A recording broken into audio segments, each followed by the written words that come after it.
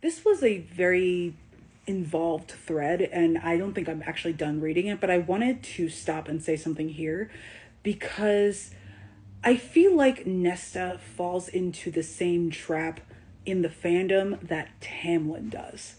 The Tamlin trap being that Tamlin often ends up being like a metaphorical punching bag for the fandom as a representative of every man who has ever harmed us. And I'll be real, I had a brief moment of that too my first time reading Akamaf. I was like, Tamlin said something, I forget the exact quote, but I remember I had to like put the book down and I was like, oh shit, that sounded exactly like something an actual ex has told me. But then, I got my head back on straight and I'm like, it's a book. It's fine. He's fictional. He didn't hurt me. He hurt Feyre. But back to Nesta here. As Tamlin is an amalgamation of every man who has ever harmed us, Nesta often becomes, for a good chunk of this fandom, an amalgamation of every woman who has ever harmed us.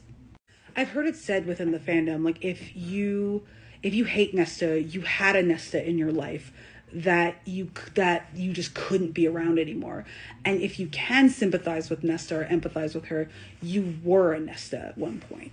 And while I think there is some truth to that, I also don't think that that is entirely the case for everyone.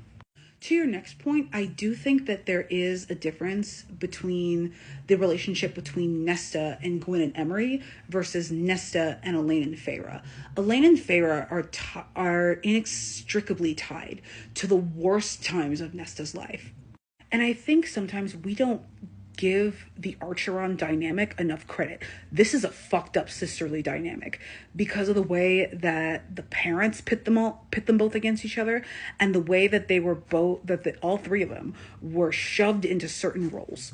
And while I think that the roles that the parents kind of shoved them into was a thing before the death of their parents, I think this really kicked into high gear after the death of the Archeron mother. Feyre was shoved into the role of provider even before her mother died. Her mother was the one who made Feyre promise to take care of everyone, which is a wild thing to make the youngest one do. And while Feyre wasn't necessarily targeted by either parent, the fact that she wasn't targeted by either parent really left her adrift to the point where she went out into the woods and nobody said anything about it, which is incredibly fucked up. Like, I'm not taking anything away from Feyre's suffering here. Feyre has been through a lot. She has been through enough.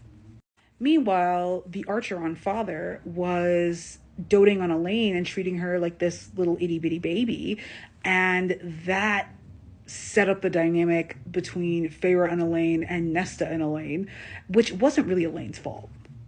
Meanwhile, while Feyre was shoved into this role of provider of like basic necessities, the Archeron mom put Nesta in the position of securing the family name and securing the future of the family, which is a whole other realm of providing. And I feel like not giving that role its due as a reason to be incredibly traumatized and not be able to see your sisters as the same as your friends is really, really being dismissive of Nesta's character. Like that whole thing where it's like, Elain is pretty and she's not going to amount to anything, but you will be everything that I ever wanted you to be. That's, oh my God, like the weight of that, like that sucks. So I wouldn't necessarily call Nesta a bully. I wouldn't even call her a bad sister. I think that the dynamic that the parents created among these three sisters and the way that the three of them shook out as a result of their shitty parenting, none of them had the ability to be good sisters to each other.